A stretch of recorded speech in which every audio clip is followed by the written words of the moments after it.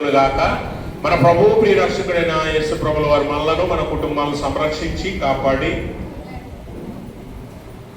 త్రిత్వం తర్వాత 20వ ఆదివారం ఆరాధనలోనికి, అలాగే 2025వ సంవత్సరంలో 10 నెలలు పూర్తి చేసుకుని 11వ నెల నూతన మాసంలోనికి మనల్ని ప్రవేశపెట్టినందుకే, అలాగే ఆయన ఆలయంలో కూర్చొని ఆయనను స్తుతించి ఆరాధించి ఆయన వాక్యాన్ని ధ్యానించి ఆయన బల్లను సమీపించే భాగ్యాన్ని ఇచ్చినందుకే మొదటిగా తండ్రి అయిన దేవుని కృతజ్ఞతాస్తుతులు చెల్లిస్తున్నాను.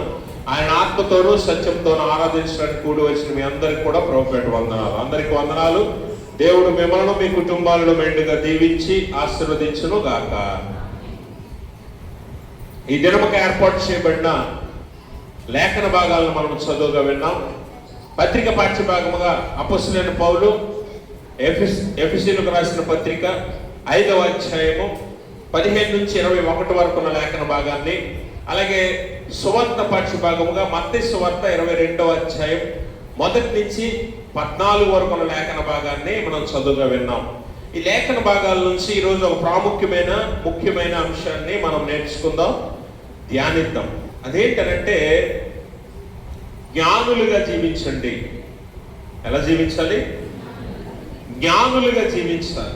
ఏమిటండి, మేము జ్ఞానులు కాదా, మేము బతకట్లేదా, మేము తెలివితో జ్ఞానంతో చక్కగా మేము బతుకుతున్నాం కదా అని మీరు అనొచ్చు. లోకంలో బ్రతకడానికి అనేక మార్గాలు ఉండొచ్చు, కానీ దేవుని వాక్యం అయితే ఈరోజు మనకి ఇస్తున్న పిలుపు ఏంటంటే జ్ఞానుల వలె మీరు బ్రతకాలి. ఎందుకంటే లోకంలో చాలా మంది అజ్ఞానుల వలె బ్రతుకుతున్నారని దాని అర్థం.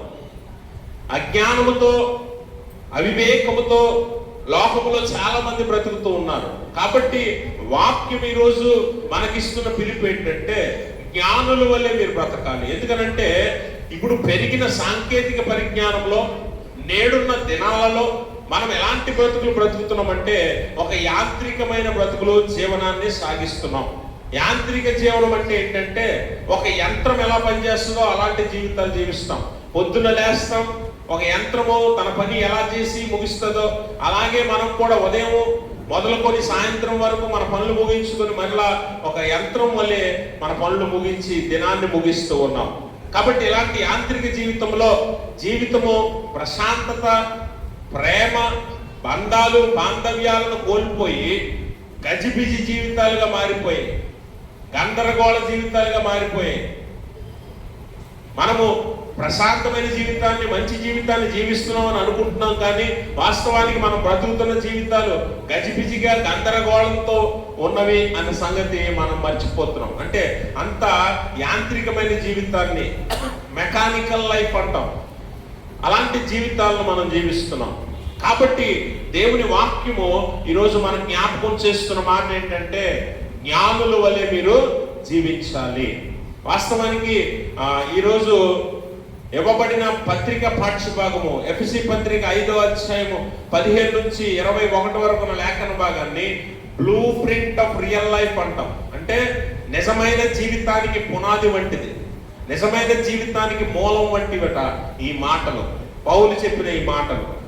అందుకనే ఈ లేఖనంలో ఎలాగా నిజంగా జ్ఞానిగా బ్రతకాలి. వాస్తవానికి అందరూ అనుకునేది, ఎవరిని అడిగినా నేను తెలివిగా నా జీవితాన్ని జీవిస్తున్నానని అంటాం కదా.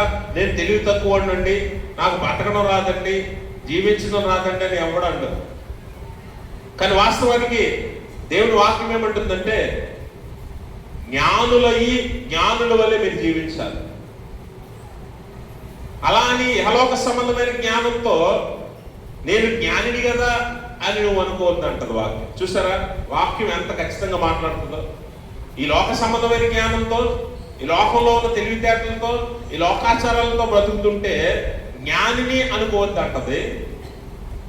కానీ జ్ఞానుల వల్లే జీవించమంటుంది. దాని అర్థం ఏంటంటే దేవుని దగ్గరకు వచ్చి దేవుని వాక్యాన్ని, జ్ఞానాన్ని సంపాదించుకొని ఆ జ్ఞానంతో బ్రతకమని చెప్తుంది. అదే పౌలు మనకి ఈరోజు ఆహ్వానంగా తెలియజేస్తున్నాడు. కాబట్టి గమనించండి, జ్ఞానుల వల్లే బ్రతకాలంటే మనం ఏం చేయాలి, జ్ఞానుల వల్లే ఉండాలంటే మనం ఏం చేయాలి? ఈరోజు చదువుకున్న ఎఫెసీ పత్రికలో పౌలు చక్కని నియమాలను మనకు తెలియజేస్తున్నాడు. జ్ఞానులుగా ఎలా బతకాలంటే మొట్టమొదటిగా ఏమంటున్నాడంటే, చూడండి ఇక్కడ 15వ వచనం చదవండి. దినములు చెడ్డవి కనుక సమయాన్ని పోనీయొద్దు, సద్వినియోగం చేసుకోండి. అజ్ఞానుల వలె కాక జ్ఞానుల వలె నడుచుకున్నట్లు జాగ్రత్త పడండి. Be careful, be cautious. దేని గురించి అట జాగ్రత్తగా ఉండమంటున్నాడు? నీ చుట్టూ ఉన్న పరిస్థితులు ఏమయ్యాట? కలుషితమైపోయాయి. దినాలు ఎలా మారిపోయాట? చెడ్డవిగా మారిపోయాయి. చెరువులో కలవ పువ్వుని చూస్తాం. కలవ పువ్వు చూడటానికి పైనుంచి అందంగా కనిపిస్తుంది. కొయ్యాలంటే ఏం చేయాలి మనం? కొయ్యాలంటే ముందు ఎదురు దిగాలి. చెరువులో ఏముంటది? చెరువులో మీరు ఎప్పుడైనా కలవ పువ్వుని చూడండి. కలవ పువ్వులు ఉన్న చెరువుల కింద బురద ఎక్కువ ఉంటుంది తెలుసా? మామూలు చెరువు కంటే కలువలో ఉన్న చెరువులో దిగితే కింద బురద ఎక్కువ ఉంటుంది. అంటే ఈ కలువ పువ్వు ఎక్కడ దేని మధ్యలో ఉందట? బురదలో ఉంది. ఇప్పుడు క్రైస్తవుని జీవితం ఎలా ఉందంటే లోకమంతా పాపంతో నిండిపోయి దినాలన్నీ చెడ్డగా మారిపోయి వాటి మధ్యలో మనం జీవించాల్సి వచ్చింది. అందుకే అపోస్తలుడైన పౌలు ఏమంటున్నాడంటే, దినములు చెడ్డవి కనుక సమయాన్ని పోనీయక సద్వినియోగం చేసుకుంటూ అజ్ఞానుల వలె కాక జ్ఞానుల వలె ఉండుటకు జాగ్రత్త పడు. Be careful. ఎందుకంటే మన చుట్టూ ఉన్న పరిస్థితులు, మన చుట్టూ ఉన్న మనుషులు, మన చుట్టూ ఉన్న సందర్భాలు అన్నీ కూడా కలుషితమైపోయాయి, పాడైపోయాయి. అలాంటి ప్రభావం నీ మీద పడకుండా జాగ్రత్తగా చూసుకో, జాగ్రత్తగా చూసుకో. మనం వెళ్ళే దారి సరిగ్గా లేదనుకోండి, బురదగా ఉందనుకోండి, వెళ్ళాల్సిన మార్గం ఇదే అనుకోండి, ఏం చేస్తాం? జాగ్రత్తగా అడుగు వేసుకుంటే ఎలా దాటుతావో అలాగే విశ్వాస జీవితంలో నీ చుట్టూ ఉన్న ప్రపంచం కానివ్వండి, ఈ చుట్టూ ఉన్న పరిస్థితులు కానివ్వండి, నేడున్న దినాలు కానివ్వండి, ఎలా మారిపోయాట? చెడ్డవుగా మారిపోయాయి. కాబట్టి జాగ్రత్త పడాలి. జాగ్రత్తగా నువ్వు అడుగు వేసుకుంటూ దేవుని జ్ఞానం, అజ్ఞానుల వలె కాక ఎలా ఉండాలంట? జ్ఞానుల వలె. ఇప్పుడు అజ్ఞాని ఎవడు, జ్ఞాని ఎవడు అని తెలియాలి కదా. అజ్ఞాని ఎవడంటే ఇహలోక సంబంధమైన జ్ఞానంతో, ఈలోక సంబంధమైన జ్ఞానంతో జీవించేవాడు. జ్ఞాని ఎవరు? దేవుని జ్ఞానంతో జీవించేవారు. అందుకనే ఈ లోక జ్ఞానం ఈరోజు చూడండి, టెక్నాలజీ ఎంత పెరిగిపోయిందంటే, దినములు ఎంతగా మారిపోయింటే, ఇప్పుడున్న ప్రపంచంలో ఏఐ తెలుసా? ఏఐ అంటే ఆర్టిఫిషియల్ ఇంటెలిజెన్స్. ఆర్టిఫిషియల్ ఇంటెలిజెన్స్ ఈరోజు ఏం చేస్తుందో తెలుసా? It can control all humans. మనందరినీ నియంత్రిస్తుంది. కొన్ని రోజులకి ఏఐ అనేది సర్వోన్నతమైనదిగా మారిపోతుంది. అంటే ఏఐ అనేది ఒక అత్యధికమైన శక్తిగా మారిపోతుంది. మనం ఏమవుతాం అంటే ఒక యంత్రాల్లో మారిపోతాం. చూడండి, రోబో ఎలా పనిచేస్తుంది? ఒక కంప్యూటర్ కమాండ్ ఇస్తే రోబో పనిచేస్తుంది. కొన్నాళ్ళకి ఏఐ ఏం చెప్తే చేస్తావు నువ్వు. కొన్నాళ్ళకి ఇంకా కొన్ని సంవత్సరాల్లో ఏమవుతుంది తెలుసా? డిజిటల్ కరెన్సీ వస్తుంది. డిజిటల్ కరెన్సీ అంటే ఇంకా ఈ రోజు నువ్వు చూస్తున్న 5 రూపాయలు, 10 రూపాయలు, 500 ఇవేమి నీ చేతిలో కనిపించవు. డబ్బు చూడలేవు నువ్వు. ఇంకా నువ్వేం చేయాలంట? ఏదైనా కొనాలన్నా, తినాలన్నా, ఎక్కడికైనా వెళ్ళాలన్నా డబ్బు అవసరం. ఆ డబ్బు ఎక్కడ ఉంటుంది? ఇప్పుడు మొబైల్లో ఉంటుంది, కంప్యూటర్లో ఉంటుంది. డిజిటల్ కరెన్సీ చేతిలో ఏముండదు. అంటే ఏఐ లేకపోతే నువ్వు బతకలేవు కొన్నాళ్ళకి. అర్థమైందా? అందుకే చెడ్డ దినముల్లో ప్రవేశించాం మనం. పౌలు చూడండి, ఎప్పుడు దేవుని జ్ఞానం ఎంత గొప్పదో పౌలుతో ముందుగానే రాయిస్తున్నాడు ఈ మాటలు. దినములు చెడ్డవే. ఆఖరికి నువ్వెవడో చెప్పాలన్నా కూడా ఏ ఉండాలి తెలుసా? ఇప్పుడు నువ్వు వచ్చి ఏమండి నేనండి, ఎవరు నేనండి పలానా అరుణ్ అండి, పలానానండి అని అంటే నువ్వెవరో చెప్పాలంటే నేను నమ్మో. నువ్వు అరుణ్ అంటే నేను ఎలా నమ్ముతాను? నువ్వు ఆధార్ కార్డు చూపించు, లేకపోతే నీ ఐడెంటిటీ కార్డు చూపించు. ఏఐ లేకపోతే నువ్వని చెప్పుకోవడానికి కూడా ఆధారాలు ఉండవు. అర్థమైందా? కొన్నాళ్ళకి ఇదే దేవుడు అయిపోతుంది. నిజమైన దేవుడు వదిలేసి ఈ సాంకేతిక పరిజ్ఞానాన్ని, టెక్నాలజీని దేవుడు అనుకుని దీన్నే పూజిస్తారు, దీన్నే ఆరాధిస్తారు, దీని మీద ఆధారపడి జీవిస్తారు. ఇప్పటికే వచ్చేసింది ఆ కాలం. అందుకే ఈరోజు కొంతమంది టెక్నాలజీ బాగా సంపాదించిన వారు దేవుడు లేడు అంటున్నారు. అందుకే అజ్ఞానుల వలె ఉండొద్దు. జ్ఞానంలా కనిపిస్తుంది కానీ జ్ఞానం కాదు. అందుకే నిజమైన జ్ఞానం ఎలా ఉంటుందట? నిజమైన జ్ఞానం ఏం చేస్తుందంటే నీకు సత్యాన్ని తెలియజేస్తుంది. అందుకే యాకోబు పత్రికలో 3వ అధ్యాయం 15వ వచనంలో ఇహలోక సంబంధమైన జ్ఞానానికి, దైవ సంబంధమైన జ్ఞానానికి వ్యత్యాసం చెప్తాడు.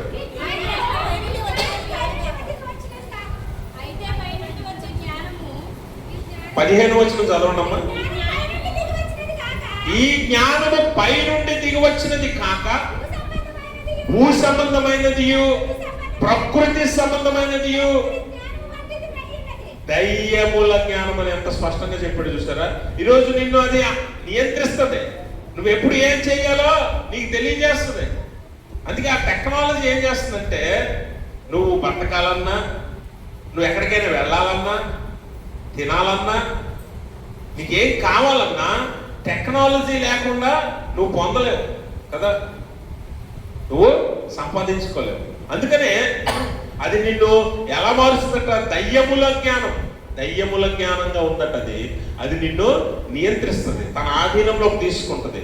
ఇప్పుడు చెప్పండి, ఒక యంత్రము ఎలా పనిచేస్తుందో అలా పనిచేస్తావు, అంతే కదా? రోబో అనేది ఒక మెషిన్, అంతేనా? రోబోలో ప్రాణం ఉండదు.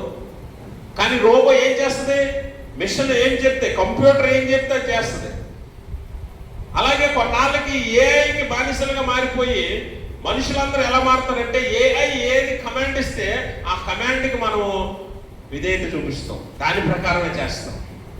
అదే మనకు దేవుడు అయిపోద్ది. అందుకనే దినములు చెడ్డవి, దయ్యముల జ్ఞానముతో కాక అజ్ఞానుల వలె కాక మీరు ఎలా ఉండాలట? జ్ఞానుల వలె జీవించండి. అయితే దేవుని జ్ఞానము, ఈ దయ్యముల జ్ఞానం ఎక్కడుందో అక్కడట ప్రతి నీచ కార్యము, మత్సరము అన్నీ ఉంటాయట. కానీ దేవుని జ్ఞానం ఎలాంటిదట? 17వ వచనం చదవండి. అవివేకులు కాక, అది కాదమ్మా, యాకోబు పత్రిక 3:17. అయితే పై నుండి వచ్చు జ్ఞానము మొట్టమొదట పవిత్రమైనది, సమాధానమైనది, మృదువైనది, సులభంగా లోబడినది, అమ్మా కనికరముతోను మంచి ఫలములు వస్తాయట. చూసారా దేవుని జ్ఞానం ఎలాంటిదంటే? ఇప్పుడు ఏ జ్ఞానం నీకు కావాలో నిర్ణయించుకో. ఇప్పుడు అందరూ కూడా టెక్నాలజీ కావాలని చూస్తున్నారు. ఒకప్పుడు సెల్ ఫోన్ అంటే ఎవరికి తెలియదు. ఇప్పుడు 3 ఏళ్ల వయసు దగ్గర నుంచి రేపో మాపో అనే వయసు దాకా ఉన్న ప్రతి ఒక్కరి చేతిలో ఉందట సెల్ ఫోన్. ఉందా లేదా? నవ్వడం కాదండి, నిజమా అబద్ధమా? ఆఖరికి చదువు లేనోడైనా, సంతకం పెట్టడం రానోడైనా సంతకం నేర్చుకోడు, చదువు నేర్చుకోడు, కానీ సెల్లల వాడాలు నేర్చుకుంటాడు. అవునా కాదా? అంటే టెక్నాలజీకి బానిసయ్యి అది ఎలా చెప్తే అలా వెళ్ళడానికి ఇష్టపడేవారుగా మనం మారిపోతాం. యంత్ర జీవితం. కాబట్టి గమనించండి, ఈ దయ్యముల జ్ఞానం మనల్ని లోపరుచుకొని మనల్ని పాడు చేస్తుంది. కానీ దేవుని జ్ఞానం ఎలాంటిదట? సమాధానకరమైనది, మృదువైనది, అలాగే పవిత్రమైనది, సులువుగా లోబడినది. ఎలాంటి జ్ఞానము? దేవుని జ్ఞానము. కాబట్టి దేవుని జ్ఞానాన్ని పొందటానికి మనము ప్రయాసపడాలి. దేవుని జ్ఞానానికి, లోక జ్ఞానానికి మనం వ్యత్యాసం తెలుసుకోవాలి. ఫస్ట్ తెలుసుకొని దాన్ని, దేవుని జ్ఞానాన్ని పొందటానికి మనం ఏం చేయాలట? ప్రయాసపడాలి. అందుకే 17వ వచనం ఏమంటాడంటే అవివేకులుగా ఉండక ఏం తెలుసుకోవాలంటే అది. ఇప్పుడు పౌలు ఏమంటున్నాడు? మొదట మీరు జ్ఞానులుగా జీవించాలంటే మొట్టమొదటి ఏం చేయాలంటే మీరు దినములు చెడ్డవి కాబట్టి సమయాన్ని పోనీయద్దు ఫస్ట్. రెండవది అజ్ఞానులుగా ఉండక జ్ఞానులుగా ఉండండి. జాగ్రత్త పడండి, ప్రతి విషయాన్ని జాగ్రత్తగా చూసుకోండి, పరిశీలించుకోండి. అవివేకులుగా ఉండక, ఎవడేది చెప్పినా నమ్మక, దేన్ని బట్టి దాన్ని వెంబడించక ఎలా ఉండాలంట? ప్రభువు చిత్తమేదో తెలుసుకోండి. దేవుని చిత్తమేదో నీ జీవితంలో తెలుసుకోవడానికి ప్రయత్నం చేయి. ప్రభువు చిత్తం ఏమిటి, ప్రభువు చిత్తం ఎలా తెలుస్తుంది అని మనం ఆలోచన చేస్తే, ప్రభువు చిత్తము తెలియాలి అని అంటే మనం ఏం చేయాలంటే మొట్టమొదటిగా వాక్యం చదవాలి. Through word of God, through prayer, through the community. అంటే మనం ఎలాగా ప్రభు చిత్తాన్ని గ్రహించగలుగుతాం, తెలుసుకోగలుగుతాం అంటే మొట్టమొదటిగా వాక్యము ద్వారా ప్రభు చిత్తం నీకు తెలుస్తుంది, ప్రార్థన ద్వారా ప్రభు చిత్తం నీకు తెలుస్తుంది. అలాగనే సమాజముగా ఎలాగనో కూడుకోనుట ద్వారా ప్రభు చిత్తం ఏమిటో నువ్వు గ్రహించగలుగుతావు. దేవుని చిత్తం ఏంటో నీకు తెలియాలంటే నువ్వేం చేయాలంట? రోమపత్రిక 12:2 చదవండి. మీరు ఈ లోక మర్యాదను అనుసరింపక ఏమై ఉండదు, ఉత్తమమును అనుకూలమును సంపూర్ణమునై ఉన్నా. అర్థమైందా? దేవుని చిత్తం ఏంటో తెలియాలంటే మొదలు నువ్వేం చేయాలంట? ఈ లోక మర్యాదను అనుసరించొద్దు. ఈ లోక మర్యాదను అనుసరించేవాడు ఎవడంట? అవివేకి. అవివేక్ ఏమనుకుంటాడంట? చెప్పండి, అవివేక్ ఏమనుకుంటాడు? అవివేక్ ఏమనుకుంటాడంటే దేవుడు లేడని. బుద్ధి లేనివాడు 14వ కీర్తన 1వ వచనం అంటాడు కదా, ఏమనుకుంటున్నారు? దేవుడు లేడు, దేవుడు చూడడు, ఎవరికి తెలియదు అని వారు ఏం చేస్తారంటే అజ్ఞానుల వలె, అవివేకుల వలె జీవిస్తారట. కానీ జ్ఞాని అయిన వాడు ఏం చేస్తాడంట? దేవుని చిత్తం ఏదో తెలుసుకుంటాడు. ఈ బుద్ధి లేని వాడు ఏం చేస్తాడు? ఈరోజు చూడండి, చాలా మంది అవివేకులుగానే జీవిస్తాం మనం, అజ్ఞానులుగానే జీవిస్తున్నాం మనం. దేవుని వాక్యం ఏమంటుంది? దేవుని చిత్తం ఏంటండి? దేవుని చిత్తం ఏంటి? నీతిమంతుడు వడ్డీకి ఈడు. ఇది వాక్యమే కాదా? నీతిమంతుడు తమ ద్రవ్యాన్ని వడ్డీకి ఇవ్వడం. ఇంతమంది ఇక్కడ ఎంతమంది ఇస్తారు చెప్పండి వడ్డీకి?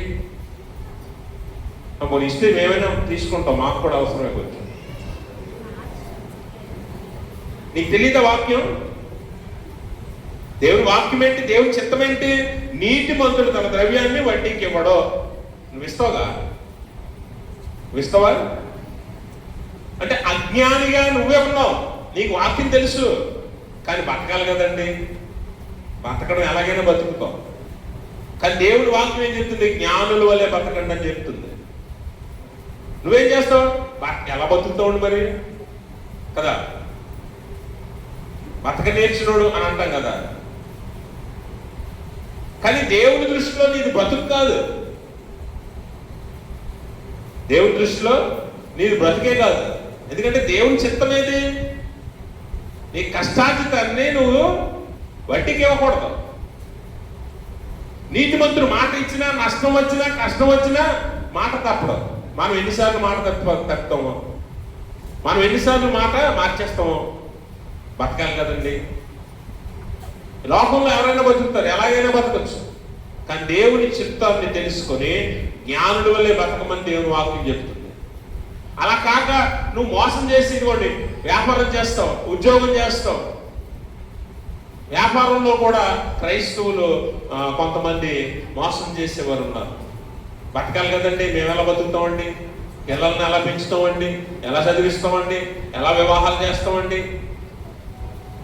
ఉద్యోగం చేస్తారు, యజమానుడికి నమ్మకంగా చేయరు చాలా మంది క్రైస్తవులు. నీకు ఉద్యోగం ఇచ్చిన యజమానుడికి నమ్మకంగా ఉండమంటుంది వాక్యం, నీ పై అధికారుల వరకు ప్రార్థించమంటుంది వాక్యం, కానీ నమ్మకంగా చేయవు. ఇవన్నీ ఏంటి? ఇవన్నీ అజ్ఞానముతో చేసేవి, అవివేకంగా చేసేవి. దేవుని వాక్యం ఏదో, దేవుని చిత్తం ఏదో తెలుసుకోమంటుంది వాక్యం, కానీ ఆ చిత్తాన్ని మనము తెలుసుకోం. దేవుని చిత్తాన్ని తెలుసుకోవాలంటే ఏం చేయాలంట? వాక్యము, ప్రార్థన, సమాజంగా కూడుకున్నట్ట. ఆఖరికి డబ్బు సంపాదించడం కోసం నేను ఎన్నోసార్లు చెప్పాను, సమాజంగా కూడుకోవడమైనా మానేస్తాం కానీ, ఆదివారం ఆరాధనకైనా మానేస్తాం కానీ డబ్బులు తెచ్చుకోవడానికి మానం. ఈరోజు అంటే మొదటి ఆదివారం కాబట్టి వచ్చాం, కానీ 4 వారాలు బల్లనిస్తామంటే నచ్చిన వారం వస్తాం అంటాం కదా. 4 వారాలు బల్ల ఎవరు కాబట్టి మొదటి వారం మాత్రం ఎన్ని పనులు ఉన్నా ఆపుకొని వస్తాం. ఇది నిజంగా అవివేక జీవితం, అజ్ఞానంతో కూడుకున్న జీవితం. దేవుని చిత్తం ఏదో మనం తెలుసుకొని జీవించాలని వాక్యము తెలియజేస్తుంది. కాబట్టి గమనించండి ప్రభునందు ప్రియమైన స్నేహితులారా, పౌలు ఈరోజు మనకు చెప్తున్న మాటలు ఎలాంటివట, ఒక గొప్ప సలహా ఇచ్చేవి. ఈ సలహా ఎలాంటిదట, తల్లి కుమార్తెకి ఇచ్చే సలహా కాదు ఇది, తండ్రి కుమారునికి ఇచ్చే సలహా లాంటిది కాదట. ఎలాంటి సలహా అంటే ఇది స్నేహితుడికి ఇచ్చే సలహా కూడా కాదు ఇది. ఎందుకనంటే తండ్రి చెప్తే కుమారుడు వినొచ్చు వినకపోవచ్చు కదా. ఈరోజు చాలా మంది కొడుకులు తండ్రుల మాటలు వింటున్నారా చెప్పాలి. దేవునికి స్తోత్రం, దేవునికి స్తోత్రం. చాలా మంది కొడుకులు తండ్రుల మాటలు వినరు, చాలా మంది కుమార్తెలు తల్లుల మాట వినరు, చాలా మంది స్నేహితుల మాటలు కూడా వినరు. అలాంటి సలహాలు కాదట ఈ సలహాలు. ఎలాంటి సలహా తెలుసా, ఒక డాక్టర్ రోగికి ఇచ్చే సలహా. ఎలాంటి సలహా ఇది? ఈ మాటలు పౌలు చెప్తున్న ఈ మాటలు ఎఫెసీ పత్రిక 5:15-21 వరకు ఉన్న లేఖనంలో ఈ సలహాలు ఎలాంటివంటే, ఒక డాక్టర్ రోగికి ఇచ్చే సలహా. ఇప్పుడు చెప్పండి, జబ్బుపడి డాక్టర్ దగ్గరికి వెళ్ళాక డాక్టర్ ఈ పూట అన్నం తినకంటే నేను తింటాను అంటావా? నువ్వు అంటావా? అనగలవా? అదే అమ్మ అన్నది ఈరోజు అన్నం తినకనంటే నువ్వు చెప్పేది ఏంటి, నేను తింటాను, ఆకలేస్తుంది నాకు అంటాం. నాన్న చెప్పాడు వినో, స్నేహితుడు చెప్పాడు వినో. ఎవరు చెప్పినా విన్నా వినకపోయినా డాక్టర్ చెప్తే ఏం చేస్తావు? తప్పక చేస్తావు. ఎందుకనంటే ప్రాణభయం. ఇప్పుడు ఈ మాటలు కూడా పౌలు చెప్తున్న మాటలు కూడా అలాంటివేనట. ఎలాంటివి? ఒక వైద్యుడు రోగికి ఇస్తున్న సలహా వంటివి. కాబట్టి గమనించండి, దేవుని చిత్తం మీద తెలుసుకొని బతకడం నేర్చుకోవాలి. లోకానుసారం కాదు, లోక మర్యాదను వెంబడించకం. క్రైస్తవుని చెప్పుకుంటావు, వ్యాపారంలో మోసం చేస్తావు, లోక మర్యాద. క్రైస్తవుని చెప్పుకుంటావు, డబ్బులు వడ్డీకి ఇస్తావు, లోక మర్యాద. క్రైస్తవుని చెప్పుకుంటావు, అబద్ధపు వ్యాపారం చేస్తావు, లోక మర్యాద. క్రైస్తవుని చెప్పుకుంటావు, ఉద్యోగంలో పని దొంగగా ఉంటావు, లోక మర్యాద.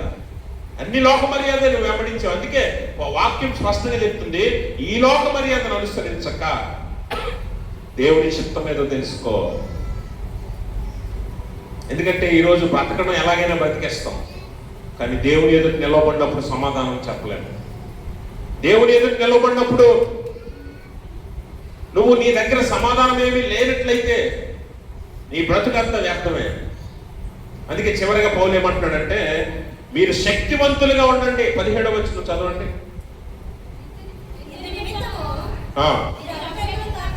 18 చదవండి. 18 అమ్మా, మరియు మద్యముతో మత్తులై ఉండక, దానిలో దుర్వ్యాపారం కలదు కాబట్టి మద్యంతో మత్తులై ఉండొద్దు. ఇప్పుడు దేంతో నింపుకోమంటున్నాడు? మిమ్మల్ని ఆత్మతో నింపమంటున్నాడు, మత్తుతో కాదు. మత్తుతో నింపుకుంటే ఏముంటదట? దుర్వ్యాపారం ఉంటదట. మత్తుతో నింపుకుంటే దుర్వ్యాపారం ఉంటది, ఆత్మతో నింపుకుంటే ఏముంటది అనేది ఈ లేఖనం ద్వారా తెలియజేస్తూ ఉన్నాడు. కాబట్టి మత్తు లేదా మద్యంతో మత్తులై ఉంటే ఏం చేస్తారంట? దుర్వ్యాపారంలోకి వెళ్ళిపోతారు. చూడండి, ఇప్పుడు మందు తాగినోడికి నువ్వు ఏదైనా బుద్ధి చెప్పగలరా? చాలా మంది భర్తలు తాగి వస్తుంటారు, నువ్వు ఎన్ని వాగు, వాళ్ళకేమనిపిస్తుంది అంటే ఒక ఏక్ కూడా వాళ్ళని అనిపించదు. అవునా కాదా? అంటే మద్యము, మత్తు లోకాన్ని లేకపోతే జరుగుతున్న దాన్ని, భవిష్యత్తుని చూడనివ్వదు. అందుకే అందులో దుర్వ్యాపారం ఉందంటాడు. మద్యం మత్తులో అబద్ధం ఆడతాడు, మద్యం మత్తులో దొంగతనం చేస్తాడు, మద్యం మత్తులో హత్యలు చేస్తాడు, మద్యం మత్తులో అల్లరి చేష్టలు చేస్తాడు, మద్యం మత్తులో నీచ కార్యాలన్నీ చేస్తాడు. అందుకే మద్యంతో మత్తులై ఉండొద్దు అన్నాడు. మద్యంతో మత్తులై ఉండొద్దు. దేంతో నింపుకోమంటాడట? ఆత్మతో నింపుకోండి. ఒకరోజు చర్చిల్లో మద్యం తాగేవారు ఉంటారా ఉండరా? ఉండరా? లేరా? ఉంటారా? ముందున్న వాళ్ళు చెప్తున్నారు, వెనకాల ఉన్న వాళ్ళు చెప్పట్లేదు. చర్చిలో మద్యం తాగేవాళ్ళు చేతులు ఎత్తండి. అలాగే గొప్ప చేతి ఎత్తారు అంటే ఏదో ఒకటి ఎత్తమన్నారు కదా, కొంతమంది గిరిమించగా ఎత్తుతారు. ఇంకా గొప్ప విషయం ఏంటంటే కొంతమంది ఆడలు కూడా ఎత్తేస్తారు. ఉంటారు కదా, చాలా సంఘాల్లో ఉన్నారు ఇప్పుడు. ఎందుకంటే సంఘంలోకి ఇప్పుడు అపవాది వచ్చేసాడు. అపవాది కూడా సంఘంలో కూర్చుంటున్నాడు ఇప్పుడు. కాబట్టి ఈ మద్యం తాగే వాళ్ళు కొంతమంది ఒక చర్చిలో ఉన్నారట. ఉండి సంఘంలో ప్రతి ఆదివారం వస్తారు. వాళ్ళకి ఏంటంటే చర్చిలో ఏం జరుగుతుందో చూడాలి, అంతే. వినరు వాక్యం. ఈ మందు తాగే వాళ్ళు ఎలాంటి బ్యాచ్ ఏంటంటే చర్చిలో ఏం జరుగుతుంది, ఎంతమంది వస్తున్నారు, ఏం చేస్తున్నాడు, పాస్టర్ గారు ఏం చెప్తున్నాడు, పెద్దలు ఏం చేస్తున్నారు, సంఘం అంతా ఏం చేస్తుంది, ఏ కార్యక్రమాలు చేస్తున్నారు, ఇవన్నీ తెలుసుకోవడానికి చూడటానికి వస్తారు అంతే. మందు తాగే వాళ్ళ వాక్యం వినరు. ఇందాక చెప్పాను కదా, మద్యంతో మత్తులై ఉంటే వాళ్ళకి ఏమి ఎక్కదు, ఏం చెప్పినా ఎక్కదు. కాబట్టి అలాంటి 10 మంది కూర్చున్నారట. ప్రతి సంవత్సరం చర్చిలో జరిగే కార్యక్రమాలన్నీ చూస్తున్నారట. ఈస్టర్ సమయం వచ్చేసరికి 40 దినాల ఉపవాసాలు, ఈ కార్యక్రమాలన్నీ చూస్తున్నారు. ఇలా చూసి చర్చిలో ఈస్టర్ సమయానికి కొన్ని సంఘాల్లో ఏం చేస్తారట, యేసుప్రభువారు సిలువ త్యాగం చేస్తారు. సిలువ ఘట్టం కదా, యేసుప్రభువారు సిలువ ఘట్టాన్ని నాటకంగా వేస్తుంటారు కొన్ని సంఘాల్లో. ఈ మందు తాగే వాళ్ళు ఈ ఉన్నారు కదా, ఈ మద్యం ప్రియులు, వాళ్ళు చూసి అబ్బా ఎంత గొప్పగా వేస్తున్నారు, మనం కూడా వేయలేమా అనుకున్నారట. వాళ్ళు మాట్లాడుకుని ఒకరోజు పాస్టర్ గారి దగ్గరికి వచ్చారు. పాస్టర్ గారు, ఈసారి ఈస్టర్కి మేమందరం కూడా యేసుప్రభు వారి సిలువ ఘట్టం వేస్తామండి నాటకం అన్నారు. అంటే పాస్టర్ గారు అన్నారు, అది ఎలా కుదురుతుంది అయ్యా, మీరేమో మద్యం తాగుతారు, మరి మద్యం తాగేవారు దేవుని పాత్రని కానీ దేవుని వాక్యాన్ని కానీ వెంబడించలేరు, మీరేమి అలాగా చేయలేరు అని అంటే, అలా కాదండి మేము వేస్తామండి, మాకు అవకాశం ఇవ్వండి, ఒక్క అవకాశం అని అంటే, పాస్టర్ గారు ఏమన్నారంటే వాళ్ళ చేత మందు మానిపించలేడు కాబట్టి పాస్టర్ గారు, ఎందుకంటే పాస్టర్ గారు చెప్తే వినరుగా చాలా మంది. పాస్టర్ గారు ఏమన్నాడంటే, మీరు కనీసం ఆ సిలువ ఘట్టం నాటకం వేసే 3 రోజులు 4 రోజుల ముందు నుంచి మీరు మందైనా ఆపండి అన్నాడు. సరే ఆపేస్తామండి, అదెంతసేపు 4-5 రోజులు మందు మానేయడం కష్టం కాదు మాకు, ఖచ్చితంగా మేమైతే సిలువ ఘట్టం వేస్తామండి అని అన్నాడు.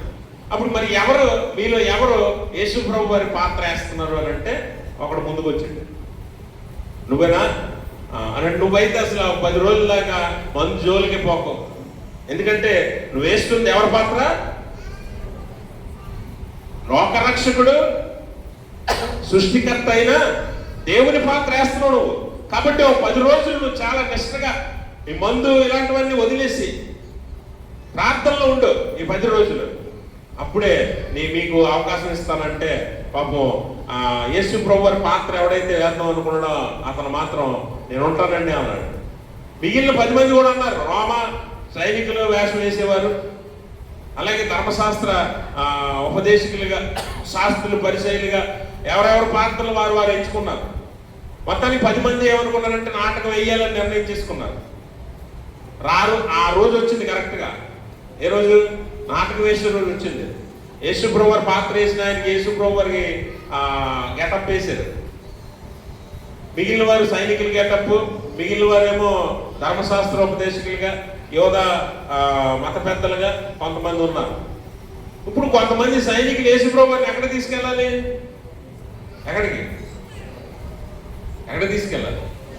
సిలువు తీసుకెళ్ళాలిగా. మరి వీధుల్లో ఆయన కొరడాలతో కొట్టుకొని తీసుకెళ్తారు కదా, అలాగే ఇప్పుడు ఆ సిలువ పాత్ర, యేసుప్రభు వారి పాత్ర వేసిన అతని మీద సిలువ మోపారు. అటు ఒక నలుగురు, ఇటు ఒక నలుగురు కలిసి ఆయన కొడుతున్నారు, కొరడాలతో కొడుతున్నారు. కొంత దూరం వెళ్ళారు.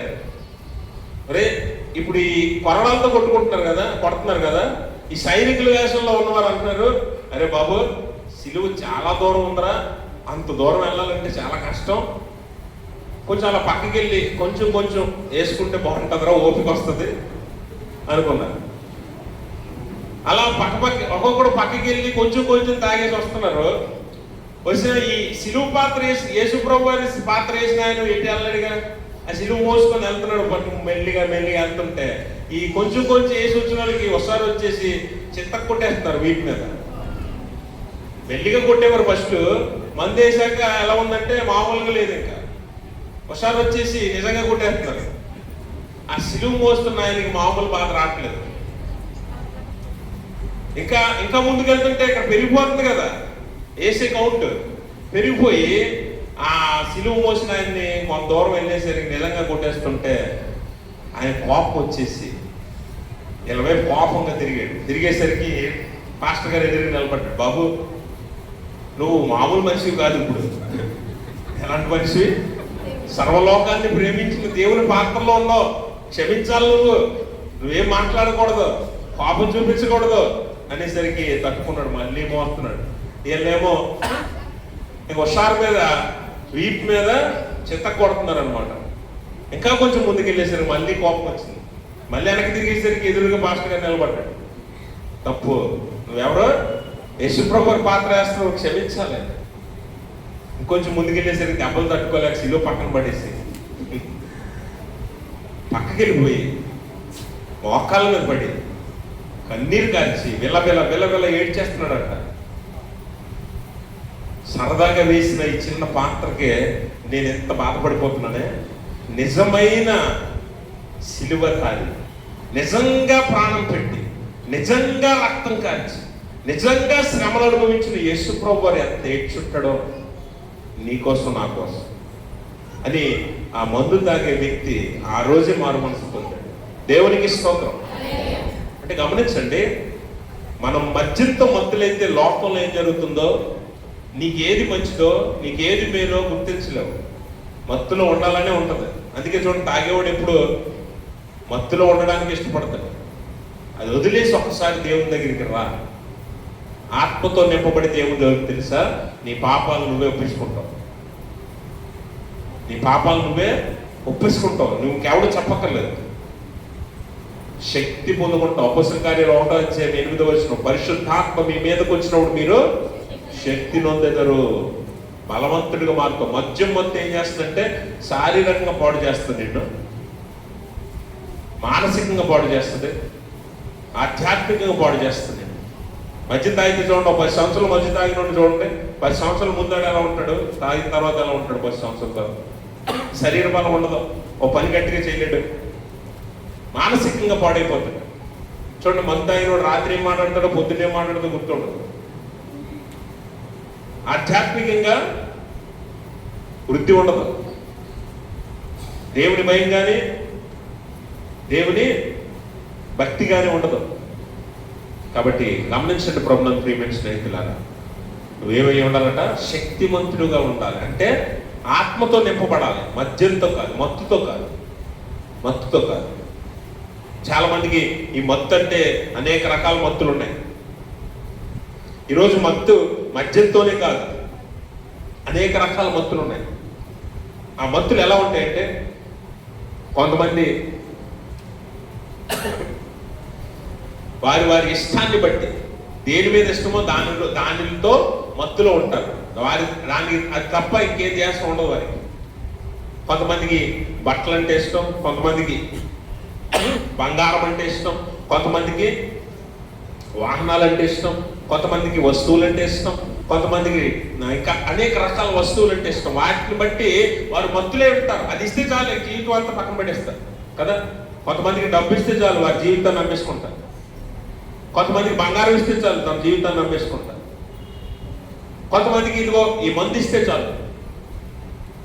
ఇలా అనేక రకాలుగా మనం మత్తులో ఉన్నాం. ఆ మత్తును వదిలితే మనము దేవుని ఆత్మచేత నింపబడతాం.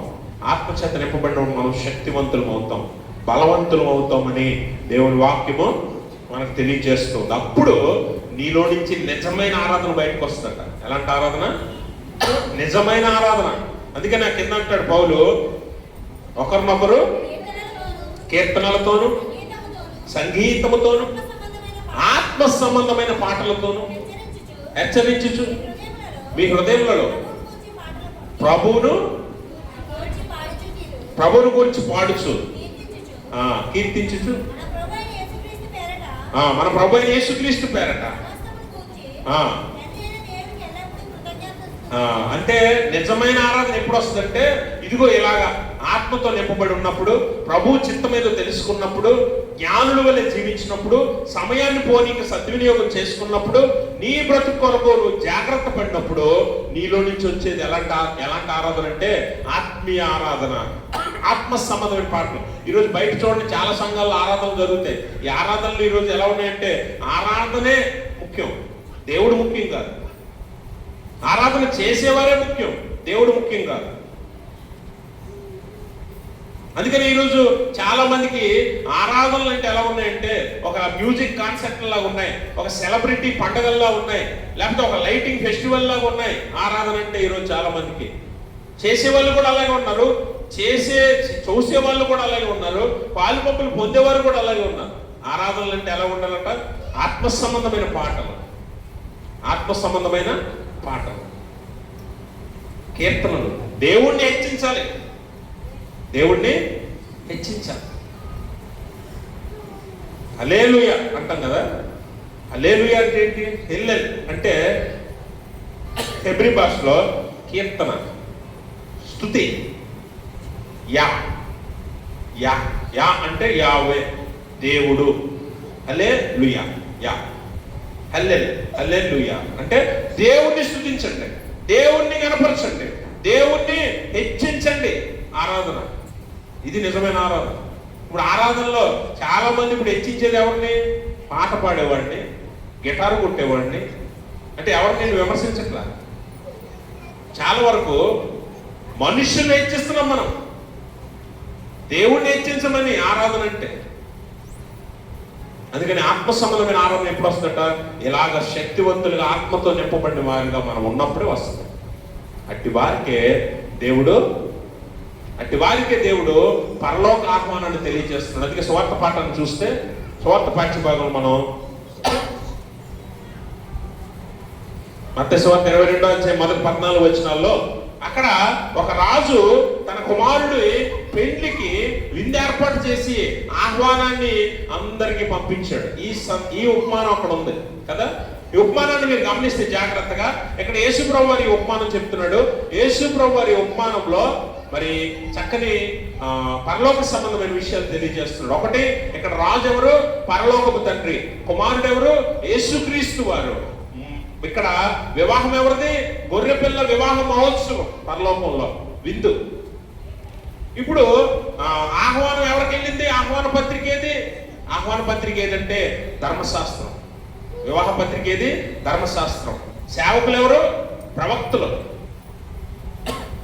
ఈ ఆహ్వాన పత్రిక మొదట ఎవరికి ఇవ్వబడిందట? యూదులకి ఇవ్వబడింది. మీరు గమనించారా?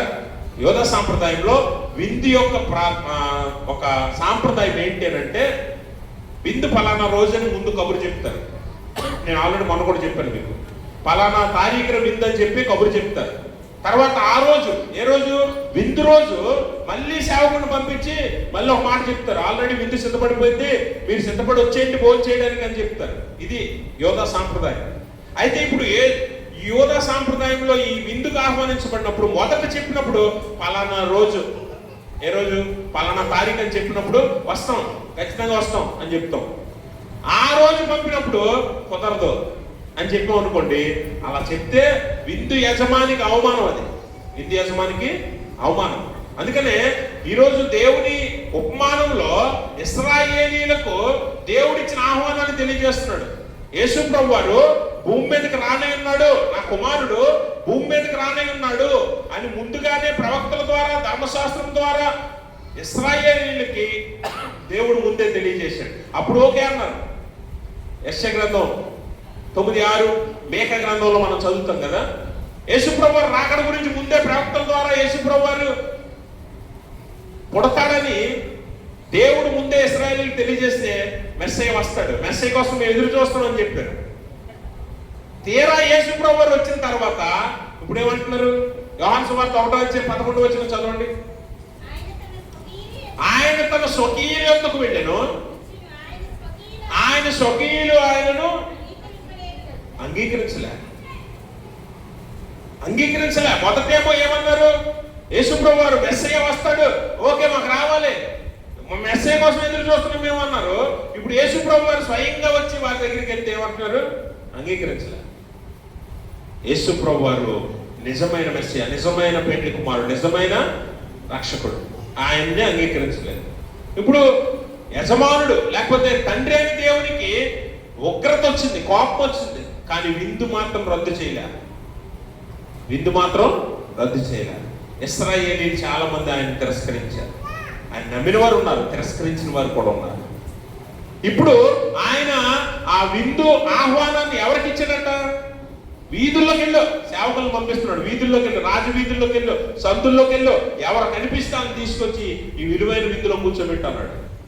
అంటే అన్ని జనులైన మనకి ఈ ఆహ్వానం ఇచ్చాడు. అర్హత లేని మనకు ఆహ్వానం ఇచ్చాడు దేవుడు. దేవుడికి స్తోత్రం. మనకు అసలు ఈ అర్హత లేదు, విందులో కూర్చొని అర్హత, కానీ దేవుడు అర్హతను మనకిచ్చి విందుకు ఆహ్వానాన్ని ఇచ్చాడు. ఈరోజు మనలో కూడా చాలా మంది ఈ విందు ఆహ్వానాన్ని తీసుకున్న వారు ఉన్నారు, తిరస్కరించిన వారు ఉన్నారు. అందుకే అక్కడ అంటాడు, ఆయన కుమారుణ్ణి సేవకులతో పంపిస్తే సేవకుల గురించి సేవకులను చాలా మంది ఆయన కుమారుడు గురించి చెప్పినందుకు చంపారు, తిరస్కరించారు, సువార్తను అడ్డగించారు యూదులు చాలా మంది. ఈ రోజు కూడా క్రైస్తవ్యంలో మనం చూస్తే దేవుని వార్తలు చెబుతున్న సేవకులను చంపుతున్నారు, సువార్థికులను చంపుతున్నారు, లేకపోతే ఇంకా అనేక రకాల హింసలు జరుగుతూ ఉన్నాయి. ఆయన తిరస్కరించిన వారు ఉన్నారు, అంగీకరించిన వారు ఉన్నారు. అయితే గుర్తుపెట్టుకో, ఈ పెళ్లి విందు ఎలాంటి విందట? అత్యున్నతమైన విందు. ఈ విందులో కూర్చుంటానికి నార్మల్గా మనకు అర్హత లేదు, కానీ ఆయన నీకు ఆహ్వానం ఇస్తున్నాడు. అంగీకరించి అందులో కూర్చుంటావా, తిరస్కరించి నరకానికి వెళ్ళిపోతావా? ఇది నీ చేతిలో ఉంది. అయితే ఆయన విందుకు తగినట్లుగా నువ్వు నడుచుకోవాలి, అలా బ్రతకాలి. ఇక్కడ ఆయన ఆహ్వానం ఇచ్చేలా నువ్వు ఉండాలి. ఆ మధ్యకాలంలో మరి తమిళనాడులో గొప్ప రాజకీయవేత్త ఆవిడ కొడుక్కి వివాహం చేసింది కదా. చేసినప్పుడు బంగారు వివాహ పత్రికను వేయించింది కదా. బంగారు అక్షరాలతో వివాహ పత్రిక, ఆహ్వాన పత్రికను ప్రింట్ చేయించారు. నీకు ఇచ్చారా, నాకు ఇచ్చారా? అందరికి ఎవరో విలువైన వారికి, వారి స్థాయికి తగినట్టు వారికి, అటువంటి వారికి ఇచ్చుకుంటారు. అయితే అలాంటి పెళ్లిళ్ళు, పెద్ద పెద్ద ధనవంతుల గృహాల్లో పెళ్లిళ్ళకి వెళ్ళాలంటే అందరూ వెళ్ళిపోరు. వెళ్తారా?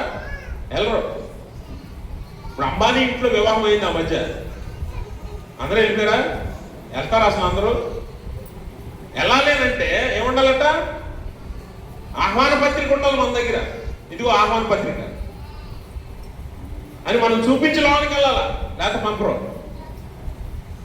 ఇదిగో నాకు ఆహ్వానం ఉంది అని చూపించి వెళ్ళాలి.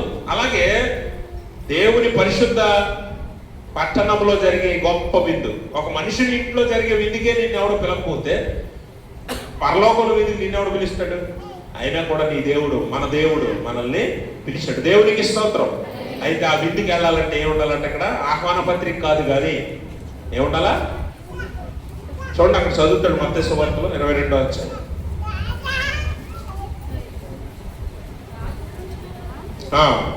స్నేహితుడా,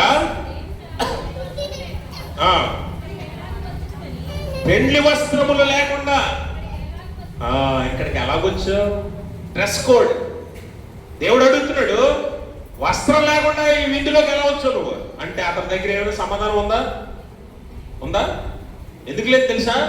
అతను దేవుడి చిత్తాన్ని ఎరుగక తనకు నచ్చినట్లుగా బ్రతికాడు ఈ లోకంలో. అందుకే దేవుడు ఆ వస్త్రాలు ఇవ్వలా. ఏ వస్త్రాలు? ఎందుకు? రక్షణ వస్త్రాలు. ఏ వస్త్రాలు?